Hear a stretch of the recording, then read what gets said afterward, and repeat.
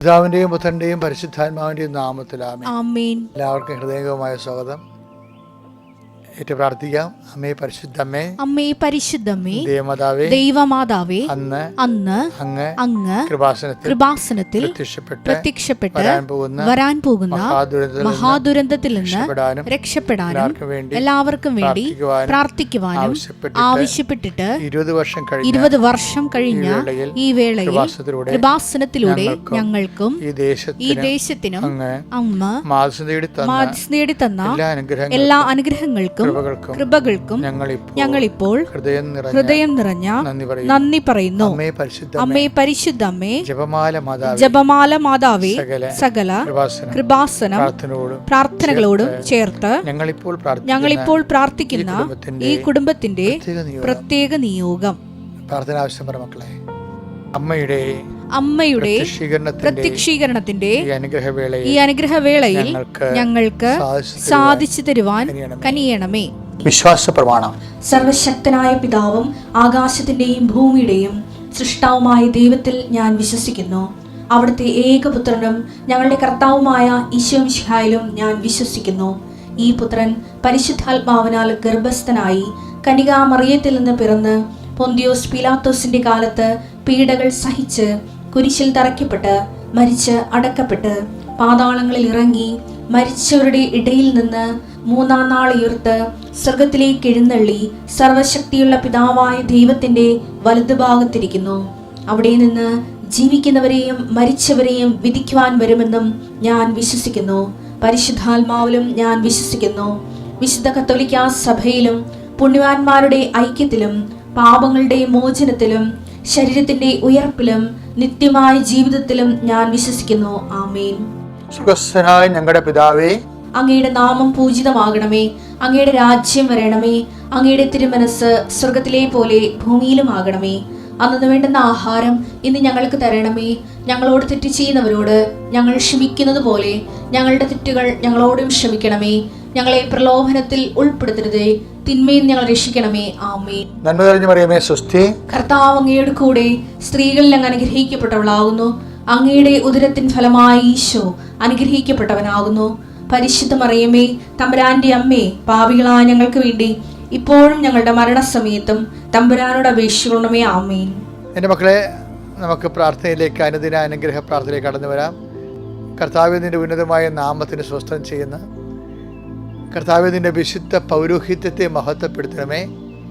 കർത്താവ് പ്രഭാതത്തിൽ അങ്ങയെ വിളിച്ച് അപേക്ഷിക്കുന്ന മക്കളുടെ മേൽ അങ്ങയുടെ അലിവിൻ്റെ കരങ്ങളെ സ്പർശിക്കണമേ. സന്ധിബന്ധങ്ങളും മാംസപേശികളിലും കർത്താവിൻ്റെ രക്തം പടരട്ടെ. ക്ഷീണത്തിലിരിക്കുന്നവരും രോഗത്തിലിരിക്കുന്നവരും കർത്താവിൻ്റെ നാമത്തിൽ സൗഖ്യം പ്രാപിക്കട്ടെ. ഹൃദയരോഗികൾ ഈശോ നാമത്തിൽ ബലം പെടട്ടെ. കരൾ രോഗികൾ, ഉദരരോഗികൾ എല്ലാവരെയും കർത്താവിനെ അണിപ്പെടുത്താവുന്ന വറുതി കർത്താവ് സ്പർശിക്കപ്പെടട്ടെ. അടിപ്പണ പോലെ വൈതാക്കാളുമ്പോൾ ദൈവികമായ ശക്തി നിങ്ങളെ കൊടുക്കട്ടെ. ഉച്ചമുള്ളംകാല് വരെ കർത്താവിൻ്റെ ശക്തി നിറയട്ടെ. Lord Jesus Christ, pour out his spirit.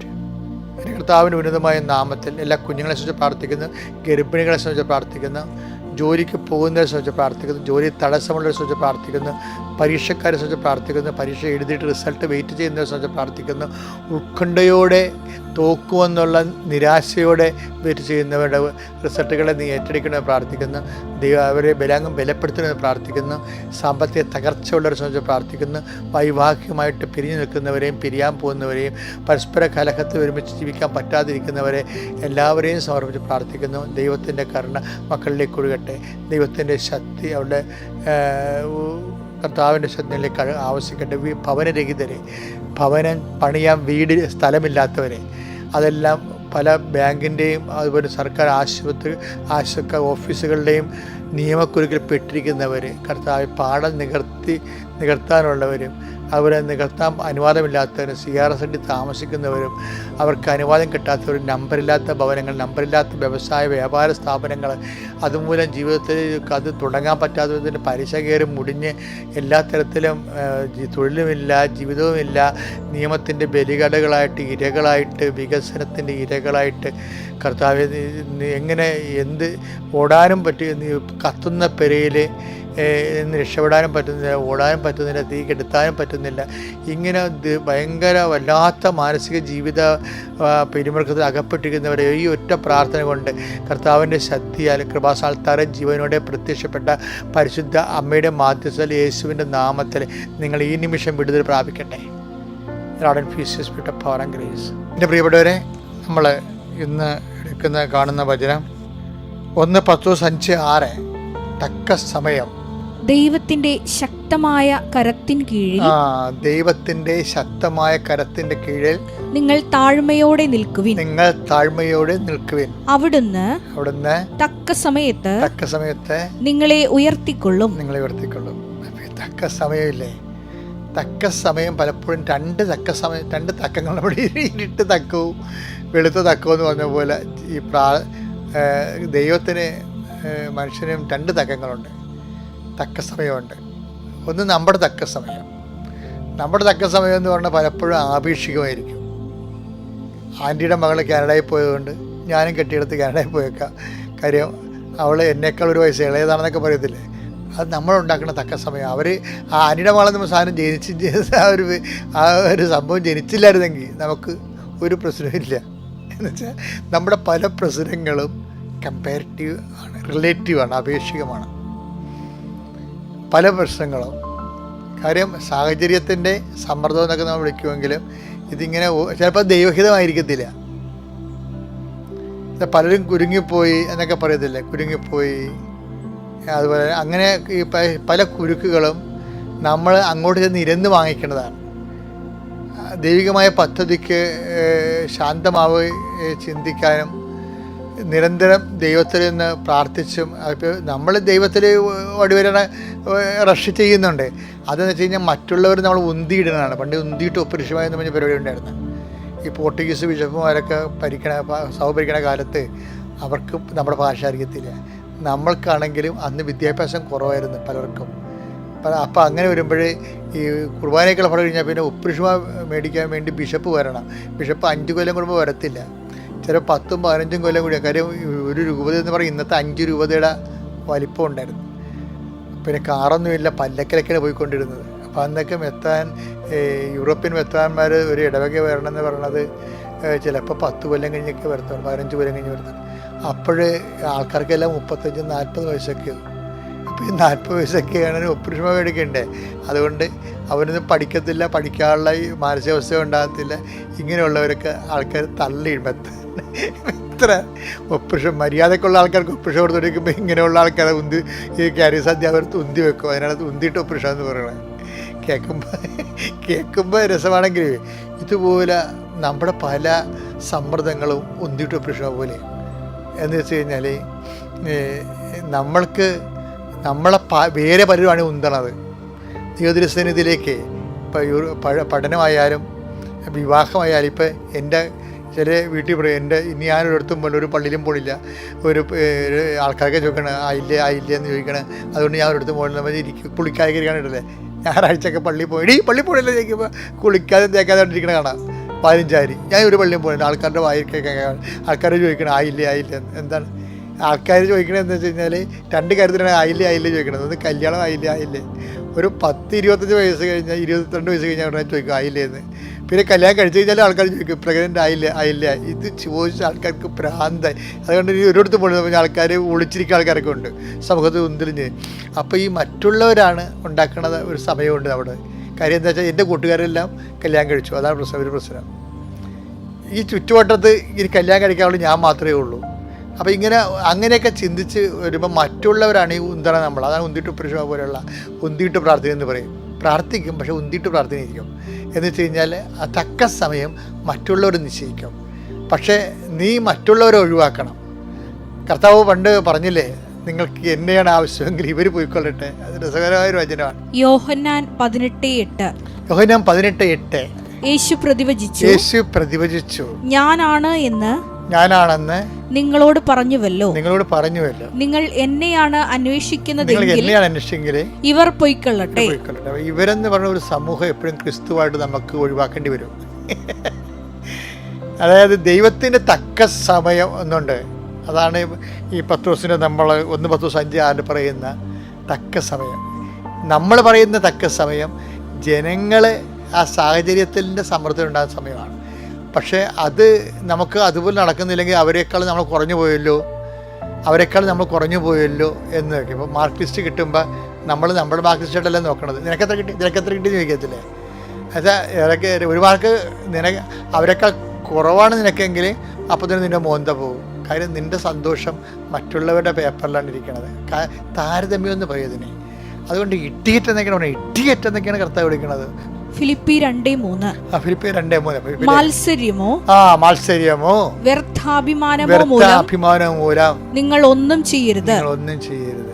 വെച്ചാൽ മത്സര്യമാണ് അവരുമായിട്ട്. അപ്പോൾ ഈ മത്സരത്തിൻ്റെ പേരിലാണ് ഈ മത്സരിക്കുന്നത്. ആരാണ്? അഹങ്കാരികളായിരിക്കും. ഞാനോട് വലുതെന്ന് പറയണമില്ലേ, അതാണ് മത്സരിക്കണം. അതാണ് മാതാവ് പറയുന്നത്. അഹങ്കാരികൾ ഭഗ്നാശരാകപ്പെടും, ചിതറിക്കപ്പെടും. പിന്നെ വിനയാന്യതരെ ഉയർത്തും. അതാണ് ദൈവത്തിൻ്റെ തിരുസന്നിധിയിൽ വിനയത്തോടെ നിൽക്കുക. ദൈവത്തിൻ്റെ തക്ക സമയത്ത് നിന്നെ ഉയർത്തിക്കൊള്ളും. അപ്പോൾ അവർക്ക് കൂളായിട്ട് നിൽക്കും. ലോകം മുഴുവനും ഇടിഞ്ഞു വീണെന്ന് പറഞ്ഞാലും എനിക്ക് കർത്താവ് ഒരു സമയം നിശ്ചയിച്ചിട്ടുണ്ട്. ആ സമയത്ത് കർത്താവ് അത് ചെയ്യും. ഞാൻ എൻ്റെ കർത്താവിൽ വിശ്വാസം അർപ്പിക്കുന്നു. അങ്ങനെ ജീവിതത്തെ നേരിടാൻ നോക്കുക. എൻ്റെ പേര് അമൻറ്റ. ഞാൻ ഇടുക്കി പണിക്കൻകുടിയിൽ നിന്ന് ഇടവകയിൽ നിന്ന് വരുന്നു. ഞാൻ ആദ്യമായി ഉടമ്പടി എടുത്തത് 2023 ഓഗസ്റ്റ് 12 ആദ്യമേ തന്നെ ഞാൻ കൃപാസനത്തെക്കുറിച്ച് അറിയുന്നത്, ഞാനൊരു സ്റ്റാഫ് നഴ്സാണ്. ഞാൻ എറണാകുളത്ത് ഒരു ഹോസ്പിറ്റലിൽ വർക്ക് ചെയ്യുന്ന സമയത്ത് അവിടെ കൃപാസന പത്രം എപ്പോഴും അവരവരൊക്കെ കൊണ്ടുവന്ന് തരുന്നത് ഞാൻ കാണാറുണ്ട്.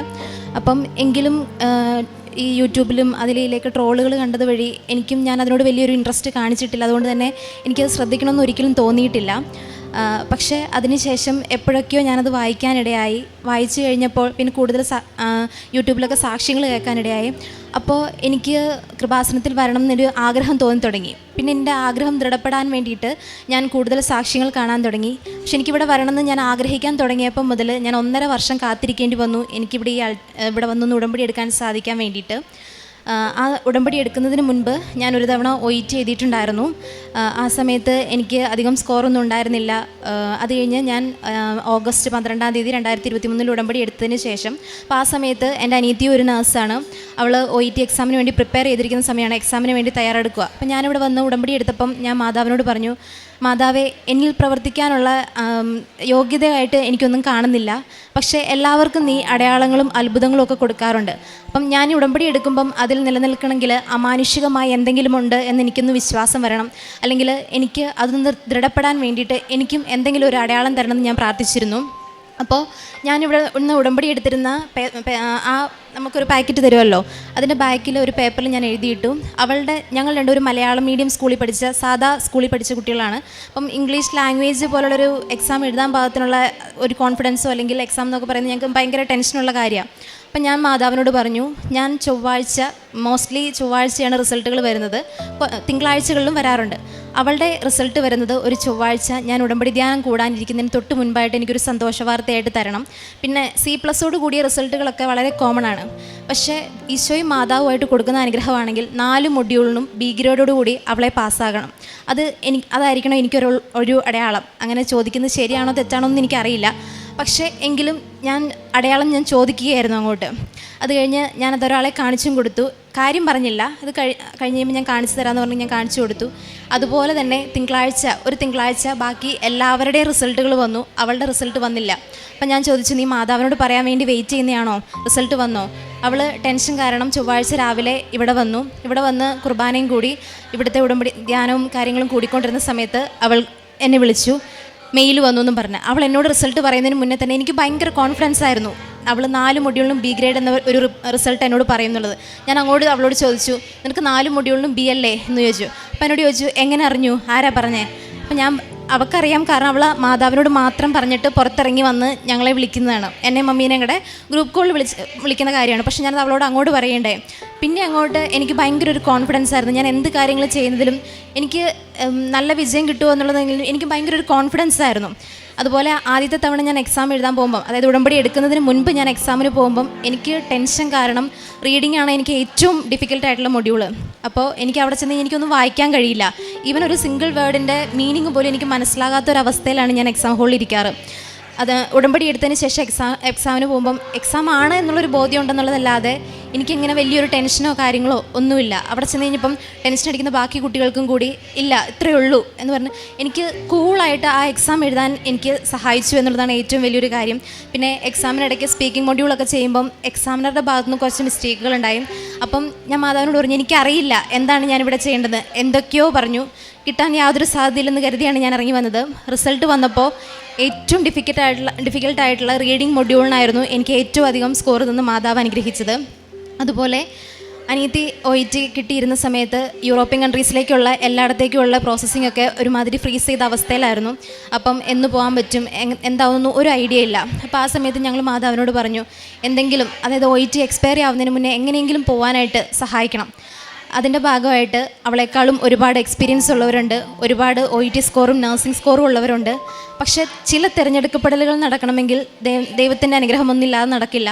അവൾക്ക് നോർക്കയുടെ റിക്രൂട്ട്മെൻറ്റ് ത്രൂ ₹1 പോലും ചിലവില്ലാതെ 9 മാസം മാത്രം എക്സ്പീരിയൻസ് ആയിരിക്കെ അവൾക്ക് UK അവൾ എത്തി. 9 മാസം എക്സ്പീരിയൻസ് ആയപ്പോഴത്തേക്ക് അവൾ UK എത്തി. 2024 സെപ്റ്റംബറിൽ അവളിവിടെ വന്ന് സാക്ഷ്യം പറഞ്ഞതാണ്. ഇപ്പോൾ UK ജോലി ചെയ്യുന്നു.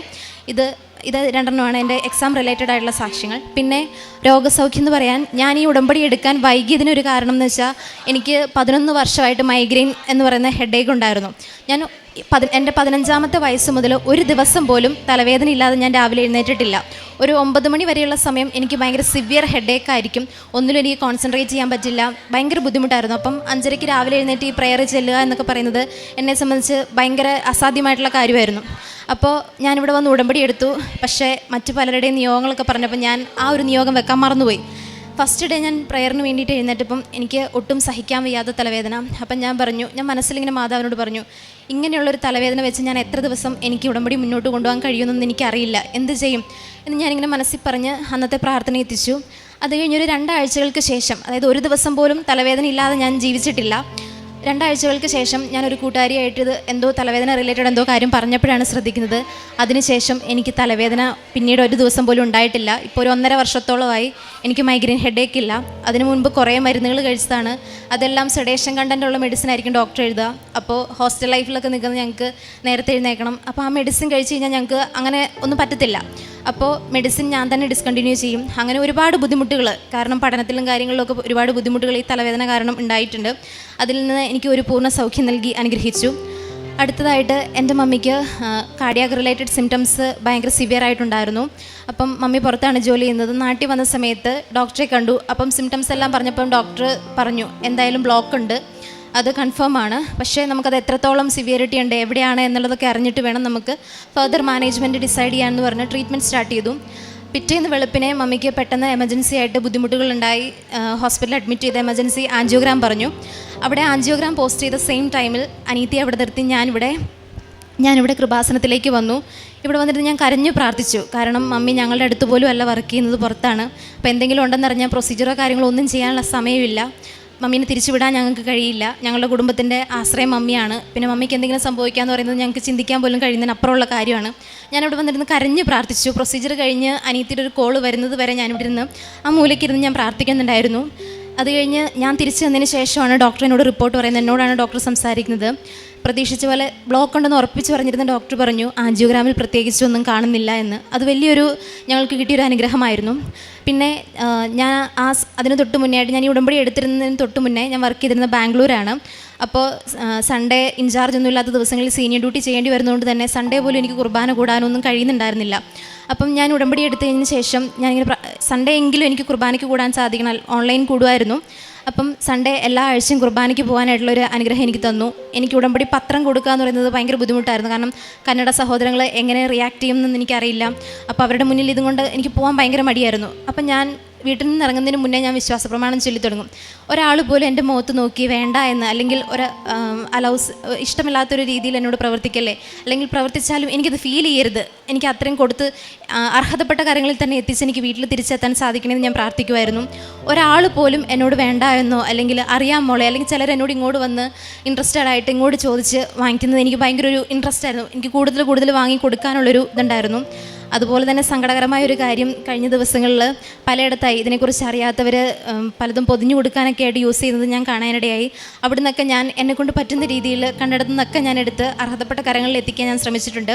പിന്നെ ഞാൻ പറഞ്ഞല്ലോ, എനിക്ക് കുർബാനയ്ക്ക് പോകാൻ പറ്റാതിരുന്ന ആ ഒരു സമയത്താണ് എനിക്ക് മനസ്സിലിങ്ങനെ ഇത് വരുന്നത്, എനിക്ക് എന്ത് ചെയ്യാൻ കഴിയും കർത്താവിനെ കൂടുതൽ മറ്റുള്ളവരിലേക്ക് എത്തിക്കാനായിട്ട്. അപ്പം ഞാൻ 2023 ഏപ്രിൽ മാസം മുതൽ ഞാൻ ഏറ്റവും കൂടുതൽ എല്ലാവരും ഇന്ന് യൂസ് ചെയ്യുന്നത് സോഷ്യൽ മീഡിയയാണ്. അപ്പോൾ എനിക്ക് തോന്നി എന്നെക്കൊണ്ട് കഴിയും വിധം എന്തെങ്കിലും ചെയ്യണമെന്ന് എനിക്ക് തോന്നി. ഞാൻ ഇപ്പോൾ 2 വർഷമായി ഞാൻ കണ്ടിന്യൂസ് ആയിട്ട് 250 പേർക്ക് അതൊരു ബ്രോഡ്കാസ്റ്റ് ലിസ്റ്റ് ക്രിയേറ്റ് ചെയ്ത് എല്ലാ ദിവസവും മുടങ്ങാതെ ഞാൻ വചനം അയക്കാറുണ്ട്. അപ്പോൾ ഒരു ദിവസം ഡ്യൂട്ടിയുടെ ഇതിലൊക്കെ നൈറ്റ് ഡ്യൂട്ടി കഴിഞ്ഞ് ഇറങ്ങാൻ ലേറ്റായ ഒരുപാട് പേര് വചനം അയക്കുന്നില്ലേ, ഇന്ന് മറന്നുപോയോ എന്ന് ചോദിച്ച് ഇങ്ങോട്ട് മെസ്സേജ് അയച്ച് ചോദിക്കാറുണ്ട്. അപ്പോൾ അതൊക്കെ കാണുമ്പോൾ ഒരുപാട് പേര് ഇങ്ങനെ ദൈവത്തെ അറിയുന്നു അല്ലെങ്കിൽ വചനങ്ങളിൽ കൂടുതൽ വിശ്വസിക്കുന്നു എന്ന് കാണുമ്പോൾ ഒത്തിരി സന്തോഷമുണ്ട്. പിന്നെ എനിക്ക് ഉടമ്പടി ധ്യാനം കൂടാന്ന് പറയുന്നത് ഭയങ്കര മടിയായിരുന്നു. കാരണം എന്നെ വഴക്കുറയൊക്കെ ചെയ്താൽ പെട്ടെന്ന് സങ്കടം വരുന്നൊരു ക്യാരക്ടറാണ്. അപ്പം അച്ഛൻ വഴക്ക് പറയുന്നത് എനിക്ക് ഭയങ്കര ഒരു വിഷം വരുന്നത് കേൾക്കുമ്പോൾ. അപ്പം അതിങ്ങനെ ആ ഒരു ബുദ്ധിമുട്ട് ഇങ്ങനെ നിൽക്കുമ്പോഴാണ് ഈ ലാസ്റ്റ് മാർച്ചിലെ ഒരു ധ്യാനത്തിൽ അച്ഛൻ പറയണ്ടേ, അപ്പൻ മക്കളോട് പറയുന്നത് പോലെ, മക്കളെ ഞാൻ നിങ്ങളെ വഴക്ക് പറയുന്നതല്ല, നിങ്ങളോടുള്ള സ്നേഹം കൊണ്ട് ഞാൻ നിങ്ങളെ കൂടുതൽ പറഞ്ഞ് മനസ്സിലാക്കുന്നതാണ്. ഒരപ്പൻ കുഞ്ഞിനോട് പറയുന്ന ആ ഒരു സ്നേഹത്തിൽ പറഞ്ഞത് അത് എന്നോട് സംസാരിക്കുന്നത് പോലെയാണ് എനിക്ക് തോന്നിയിരുന്നത്. പിന്നെ ഞാൻ സാക്ഷ്യങ്ങൾ നിരന്തരം കേൾക്കുന്നത് വഴി ഇവിടുന്ന് ഓരോരുത്തരായി പറഞ്ഞ കുറച്ച് വചനങ്ങൾ എനിക്ക് ഭയങ്കരമായിട്ട് ശക്തി തന്നിട്ടുണ്ട്. നമ്മൾ ഭയങ്കരമായിട്ട് വീക്കായിരിക്കുന്ന സമയത്ത് നമ്മളെ സ്ട്രോങ് ആക്കി നിർത്തുന്ന കുറച്ച് വചനങ്ങളുണ്ടായിരുന്നു. ഒന്ന്, എന്നെ ശക്തനാക്കുന്നവരിലൂടെ എല്ലാം ചെയ്യാൻ എനിക്ക് സാധിക്കും. ഫിലിപ്പി 4-ാം അധ്യായം 13-ാം അധ്യായം. പിന്നെ എക്സാമിൻ്റെ ഒക്കെ സമയത്ത് ഞാൻ സ്ഥിരമായി മനസ്സിൽ പറഞ്ഞുകൊണ്ടിരുന്നൊരു വചനമായിരുന്നു, നിൻ്റെ ദൈവമായ കർത്താവ് വിജയം നൽകുന്ന യോദ്ധാവ് നിൻ്റെ മധ്യയുണ്ട്. സെഫാനിയ 3:17. പിന്നെ എപ്പോഴും ഞാൻ എന്നെ തന്നെ സമർപ്പിച്ച് പ്രാർത്ഥിക്കുന്ന ഒരു വചനമായിരുന്നു, നിനക്കെൻ്റെ കൃപ മതി, എന്തെന്നാൽ നിൻ്റെ ബലഹീനതയിലാണ് എൻ്റെ ശക്തി പൂർണ്ണമായും പ്രകടമാകുന്നത്. പിന്നെ വേറൊരു വചനം, ഏശയ്യ 45-ാം അധ്യായം 2-3 വാക്യങ്ങൾ, ഞാൻ നിനക്ക് മുൻപേ പോയി മലകൾ നിരപ്പാക്കുകയും പിച്ചളവാതിലുകൾ തകർക്കുകയും ഇരുമ്പോടാമ്പലുകൾ ഒടിക്കുകയും ചെയ്യും. നിന്നെ പേര് ചൊല്ലി വിളിച്ചിരിക്കുന്ന ഇസ്രായേലിൻ്റെ കർത്താവായ ദൈവം ഞാനാണെന്ന് നീ അറിയേണ്ടതിന് അന്ധകാരത്തിലെ നിധികളും രഹസ്യധനശേഖരവും ഞാൻ നിനക്ക് തരും. ഇതുപോലെ കുറേ വചനങ്ങൾ. ഹബക്കുക്ക് 1:5, ജനതകളുടെ ഇടയിലേക്ക് നോക്കി വിസ്മയഭരിതരാകുവിൻ, പറഞ്ഞാൽ വിശ്വസിക്കാനാവാത്ത ഒരു പ്രവൃത്തി നിങ്ങളുടെ നാളുകളിൽ ഞാൻ ചെയ്യാൻ പോകുന്നു. ഇതുപോലെ കുറേ വചനങ്ങൾ ഇവിടുത്തെ സാക്ഷ്യങ്ങളിൽ നിന്ന് തന്നെ, പിന്നെ സിസ്റ്റർ എക്സ്പ്ലെയിൻ ചെയ്യുന്ന സമയത്ത് എനിക്ക് കിട്ടിയ വചനങ്ങളായിരുന്നു എനിക്കൊരുപാട് ശക്തി പകർന്നിരുന്ന വചനങ്ങൾ. പിന്നെ കാരുണ്യപ്രവൃത്തികളായിട്ട് ഞാൻ ചെയ്തിരുന്നത്, എനിക്ക് ഹോസ്റ്റലിൽ നിൽക്കുന്നതുകൊണ്ട് തന്നെ ഫുഡ് ഉണ്ടാക്കി കൊടുക്കുക എന്ന് പറയുന്നത് പറ്റുന്ന കാര്യമായിരുന്നില്ല. അപ്പോൾ ഞാൻ പാഴ്സലായിട്ട് വാങ്ങിച്ച് ഫുഡിന് വേണ്ടി കഷ്ടപ്പെടുന്ന ഒരുപാട് പേരിലേക്ക് എത്തിക്കാൻ ശ്രമിച്ചിട്ടുണ്ട്. സ്റ്റാഫ് നഴ്സായിട്ട് വർക്ക് ചെയ്യുന്നതുകൊണ്ട് തന്നെ കുറേ ബുദ്ധിമുട്ട് അനുഭവിക്കുന്ന രോഗികളെ കാണാനിടയായപ്പോഴൊക്കെ രോഗികൾക്ക് സാമ്പത്തികമായി എന്നെക്കൊണ്ട് കഴിയുന്ന സഹായം ഞാൻ ചെയ്യാൻ ശ്രമിച്ചിട്ടുണ്ട്. ഇതൊക്കെയാണ് ഞാൻ ചെയ്തിട്ടുള്ള കാരുണ്യപ്രവൃത്തികൾ. എനിക്ക് വ്യക്തിപരമായി വന്ന മാറ്റങ്ങൾ എന്ന് പറഞ്ഞിട്ടുണ്ടെങ്കിൽ, ഞാൻ ആ ഉടമ്പടി എടുക്കുന്നതിന് തൊട്ട് മുന്നേ ഞാൻ പറഞ്ഞല്ലോ, ബാംഗ്ലൂർ വർക്ക് ചെയ്തിരുന്ന സമയത്ത് ഒട്ടും പ്രാർത്ഥനയോ കാര്യങ്ങളോ ഒന്നുമില്ലാതെ ഡെയിലി ലൈഫ് ഓരോ ദിവസം ഇങ്ങനെ കഴിഞ്ഞു പോകുന്നു എന്നുള്ളതല്ലാതെ പ്രാർത്ഥനയോ കാര്യങ്ങളൊന്നും അധികമായിട്ടുണ്ടായിരുന്നില്ല. പക്ഷേ ഉടമ്പടി എടുത്തതിന് ശേഷം ആ കാര്യങ്ങളെല്ലാം പാലിച്ചു തുടങ്ങിയപ്പോൾ തന്നെ ഒരു ദിവസം ബൈബിൾ വായിക്കാതെ മുന്നോട്ട് പോവുക, അരമണിക്കൂർ എന്ന് പറയുന്നത് എനിക്ക് കൂടുതൽ സമയം ഇരുന്ന് വായിക്കാനുള്ളൊരു ഇൻട്രസ്റ്റ്, അതുപോലെ പഴയ നിയമം വായിക്കുക എന്ന് പറയുന്നത് എനിക്ക് പറ്റുന്ന കാര്യമേ അല്ലായിരുന്നു. പക്ഷേ ഇപ്പോൾ എനിക്ക് ബൈബിൾ മുഴുവൻ വായിച്ച് തീർക്കുക എന്ന് പറയുന്നത് ഭയങ്കര ഒരു ഇൻട്രസ്റ്റ് ഉള്ള കാര്യമാണ്. അതുപോലെ എല്ലാ ദിവസവും സന്ധ്യാപ്രാർത്ഥന മുടക്കാതെ ചെല്ലുവാനും, വിശുദ്ധ ബലി അതിപ്പം ഓൺലൈനായിട്ടെങ്കിലും, അല്ലാതെ പോയി കൂടാൻ പറ്റാത്ത ദിവസങ്ങളിൽ ഓൺലൈനായിട്ടെങ്കിലും കൂടാൻ ഞാൻ ശ്രമിക്കാറുണ്ട്. പിന്നെ മറ്റുള്ളവരോട് ക്ഷമിക്കാനായിട്ട്, ഇപ്പം ആരെങ്കിലും എന്നോട് തെറ്റുകൾ ചെയ്താലും ഞാൻ ക്ഷമിച്ച് അവർക്ക് വേണ്ടി പ്രാർത്ഥിക്കാറുണ്ട്. ഇതൊക്കെയാണ് എൻ്റെ ജീവിതത്തിൽ വന്ന മാറ്റങ്ങൾ. ഈ ആൾത്താരയിൽ നിൽക്കാൻ എന്നെ അനുവദിച്ച ഈശോയ്ക്കും കൃപാസന മാതാവിനും 1000 നന്ദി.